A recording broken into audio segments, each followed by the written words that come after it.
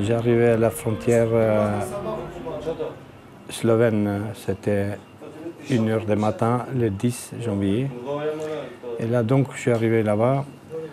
Le Slovène, ils m'ont affiché sur le Schengen, comme quoi je n'ai pas le droit de rentrer en Europe. Du coup, le fait que tu puisses pas avoir de visa pour rentrer, tu aurais quand même pu passer par une autre frontière ou... Oui, je pouvais passer ça, je pouvais faire ça, mais je n'ai pas fait parce que je voulais pas, si jamais ils m'arrêtent dans un autre pays, je risque de me faire une durée de plus que 5 ans. Une interdiction? Oui, une interdiction de plus que 5 ans. Et du coup, il y a beaucoup de gens qui sont dans ce cas, qui vivent dans les Balkans, qui ne sont pas encore intégrés dans l'espace Schengen? Oui, il y en a beaucoup. Et quelles sont leurs motivations pour aller vers l'ouest? Chez nous, par exemple, au Balkan, la vie est dure. Les gens ils travaillent, par exemple, 100, 150 € par mois. On voit les gens qui travaillent dans le restaurant, ils ne gagnent même pas 200 €. Et qu'est-ce qu'ils préfèrent pour quelque chose de mieux? Et c'est facile d'obtenir des papiers pour rester une fois qu'on a passé les frontières? Enfin, comment ça se passe pour tous les gens qui sont... Mais les gens ils préfèrent tout de suite donc ils rentrent dans un pays européen, de trouver quelqu'un, une fille, ou bien pour se faire d'arriver juste pour recevoir les papiers, par exemple de faire un mariage. Avant de quitter Mitrovica, nous passons par l'église orthodoxe, au nord dans le quartier serbe. D'ici on peut voir toute la ville. Au sud, on entend les muezzins qui chantent. L'instant est assez magique. Finalement, c'est symbolique de cette ville où plusieurs communautés essayent de cohabiter. On voit bien aujourd'hui, 12 ans après le conflit, que les choses ne sont toujours pas faciles. Mais à travers les projets qu'on a pu visiter, on se rend compte que le dialogue entre les ethnies existe, mais que les jeunes générations vont avoir encore beaucoup à faire pour effacer les traces laissées par la guerre.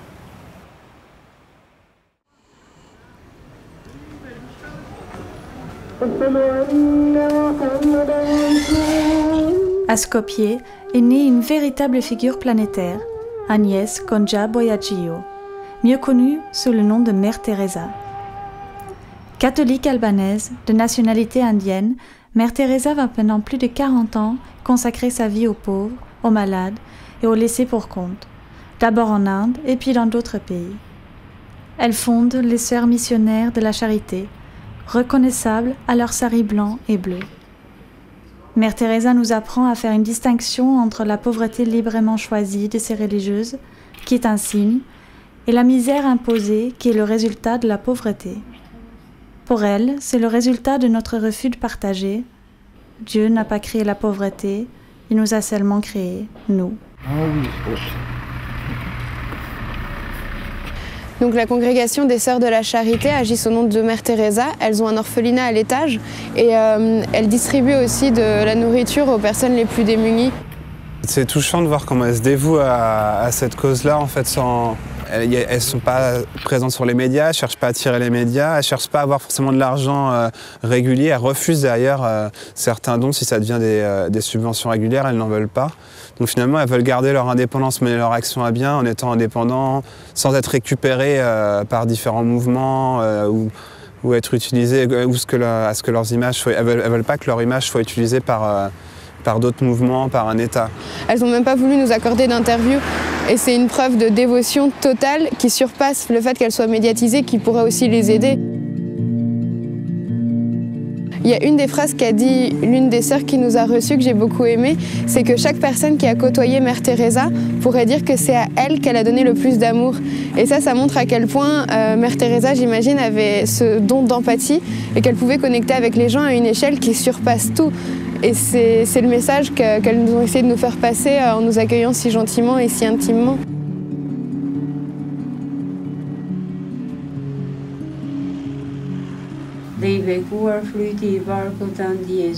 Shentia Marina na e hyet, luto për ne mëkatarët, tash në fill të vdekjes son. Amen.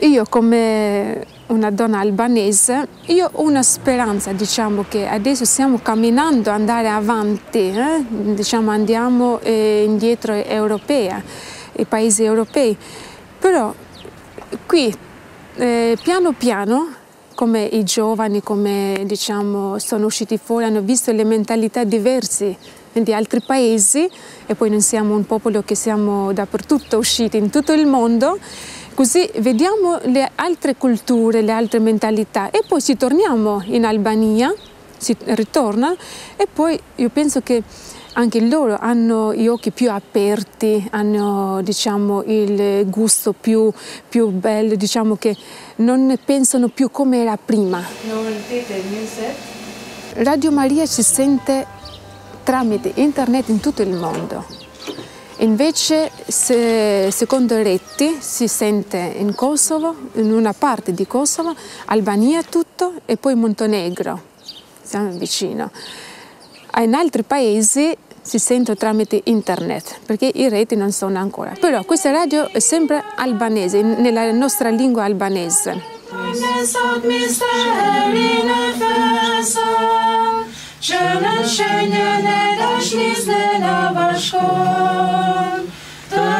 Vuol dire che più attiva, più, diciamo, più concentrata e più cantata, la preghiera è più completa.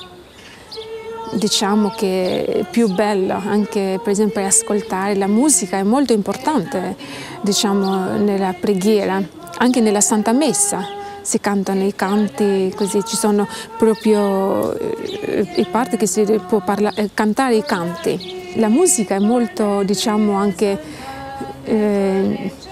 ti spinge di più, secondo me, ti spinge di più nella contemplazione, nella preghiera profonda. Diciamo, non una preghiera superficiale, però una preghiera profonda, che proprio canta, quando cantiamo si sente proprio dal cuore.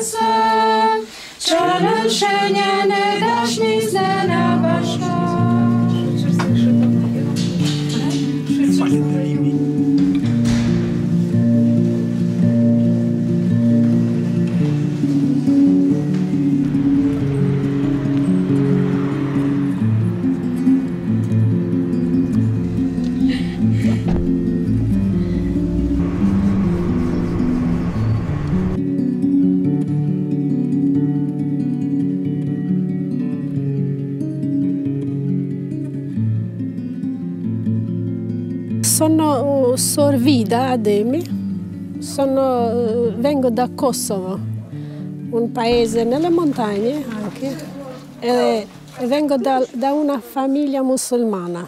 In Kosovo era un'altra realtà, per esempio noi in Kosovo eravamo con i serbi sempre così in guerra, come dire, sempre, non eravamo mai bene. Mio padre e anche mia famiglia dice questo non è per noi.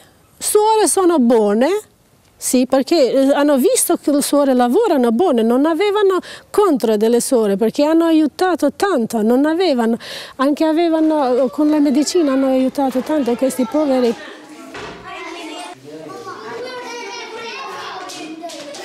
In Albania la maggior parte sono musulmani, poi sono ortodossi e poi cattolici. Questa zona era una molto piccola zona, come vicino a Scutari e come tanti uomini vengono dalle montagne e nelle montagne veramente era una vita molto difficile. Grazie a Dio per abbiamo avuto anche benefattori che hanno portato tanto il cibo, non avevano anche il cibo e così abbiamo cominciato. E loro anche piano piano, non è come all'inizio, ma questo centro è molto importante.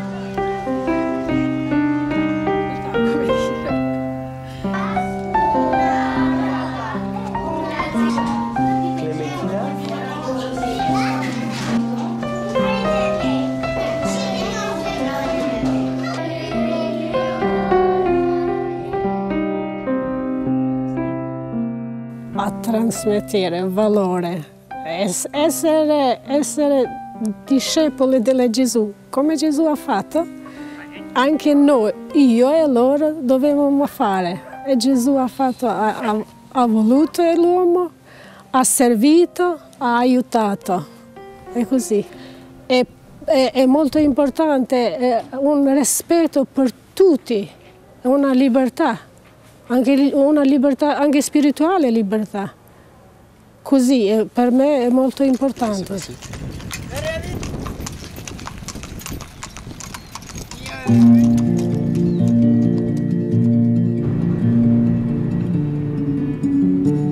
EU is creating a crossroads, and Europe is at a crossroads.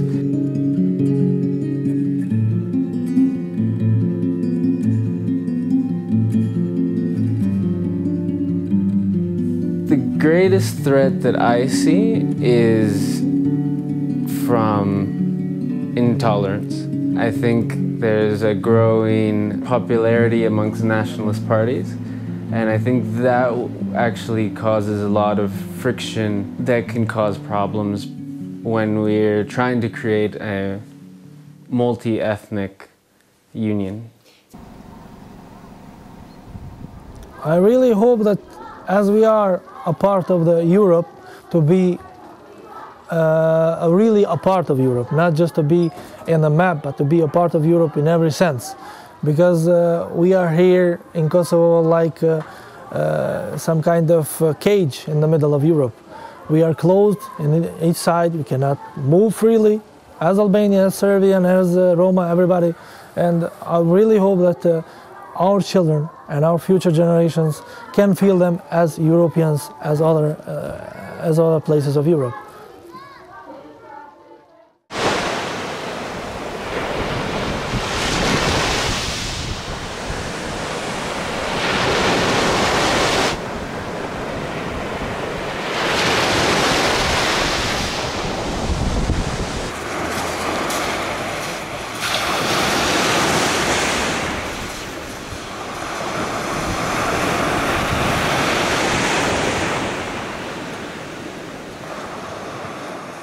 We all had prejudices at that time. I'm speaking about late 80s, beginning of 90s. Certainly they had prejudices about Albania, and we in Albania had various prejudices about the world, about the system, about politics. It was before the changes.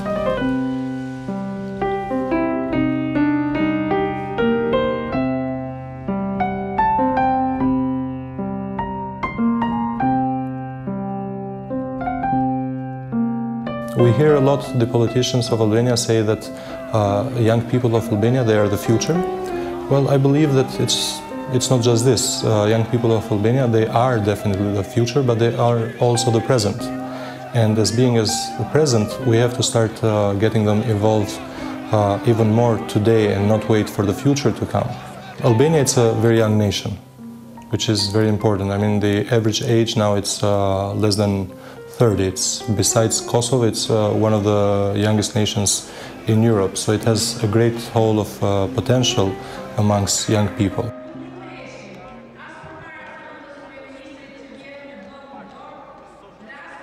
A considerable part of Albanian youth has also been able to see European countries and to live there, study there, or have some sort of exchange with other Europeans, be it from Western Europe or Eastern Europe. So I think there is somewhat of an idea, and people are very enthusiastic about it. Albanians feel Europeans because they belong to Europe geographically.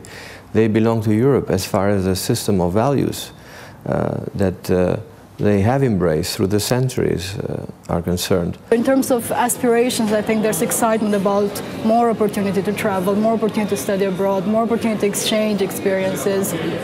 At the same time, I would be careful about the need to have better information and needs to have a better knowledge of what is really part of the process for youth as well, in terms of employment, in terms of ability to compete. And I think those are the aspects where more could be done.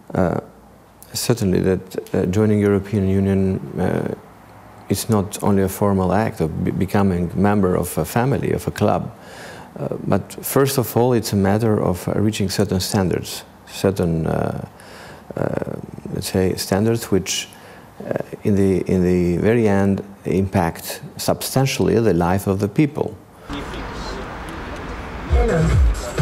I visited first Macedonia, and that was my first trip in the Balkans. And I was very surprised because obviously being born in Western Europe, I just heard before about war and image rather negative calling the Balkans. Përsa i përket Ballkanit, nuk është se unë pavarësisht se jam një person I lindur në Nous croyons que l'Europe aujourd'hui, il devra changer, pas seulement pour l'eux-mêmes, mais aussi pour nous. Then there was this confusion about the vocabulary because in French, for instance, we know what is a nationality, what are the ethnies that are composing the country, but we don't live beyond the borders. Comme nous acceptons la culture et les traditions européennes, je crois que les Européens doivent aussi accepter notre tradition et notre culture, et notre manière d'expression et notre mentalité de vivre. The Balkans, it's a very vivid region with a very recent history of love and hatred. I've once heard the explanation of the word Balkan, being Bal and Kan, being blood and honey. And I think and I hope that we've left the blood part behind and we're moving towards the better future.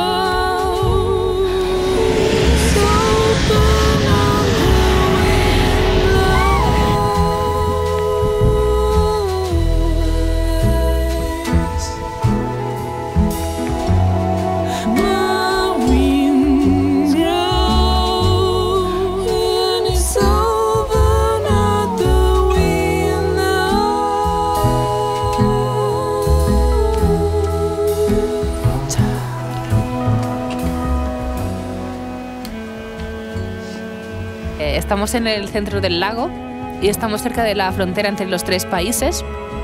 Por ahí está Albania, estas montañas con la niebla.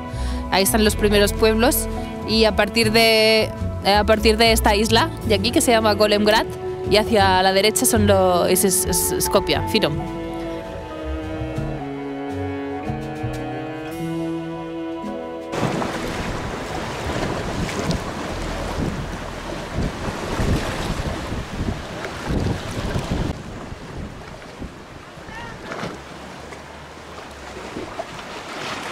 Desde hace muchos años que he sentido una atracción muy fuerte por esta región de Europa, pero nunca he entendido muy bien por qué.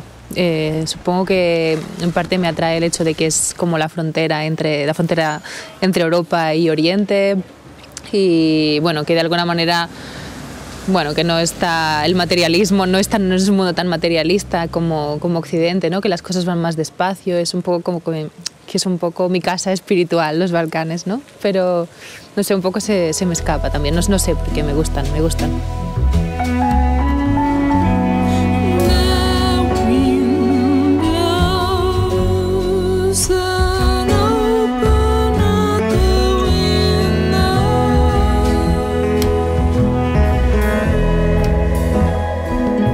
El primer pueblo de Skopje, que está a 5 kilómetros de Lemos, pero tardas tienes que hacer unos 200 kilómetros para llegar allí. Tienes que ir a Florence, tienes que ir a Vítola, y podrías ir y claro, sería mucho mejor para el turismo si las fronteras estuvieran abiertas y, bueno, imagínate, ¿no? Todos estos pueblos alrededor de 3 países en el centro de los Balcanes, pues para el turismo sería súper interesante. Sería un destino turístico. Bueno. Imagínate, si estuvieran abiertas las fronteras, pues las posibilidades para el turismo serían inmensas, ¿no?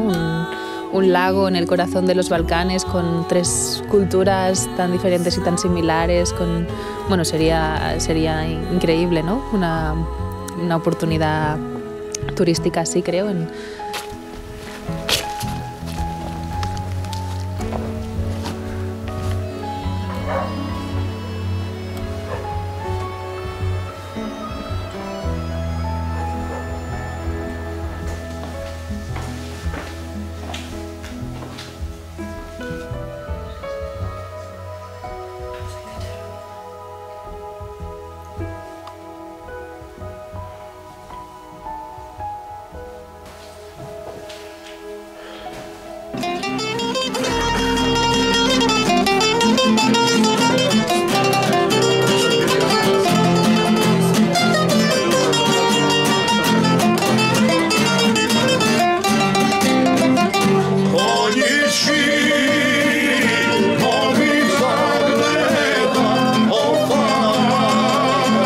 Et aussi quelque chose, c'est que par rapport à tout ce qu'on a vu, il y a certaines personnes qu'on ne pourra pas reciter, desquelles on n'a pas obtenu d'interview. Et ça, c'est lié à la situation qui est très très tendue au final, et puis à tous les conflits d'intérêts qu'il y a qui ne sont pas officiels.